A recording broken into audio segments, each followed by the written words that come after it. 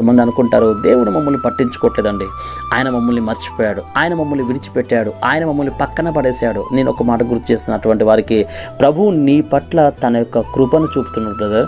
నీ పట్ల ఆయన తన కనుదృష్టిని ఉంచాడు బ్రదర్. ఆయన నిన్ను పట్టించుకుంటున్నాడు బ్రదర్.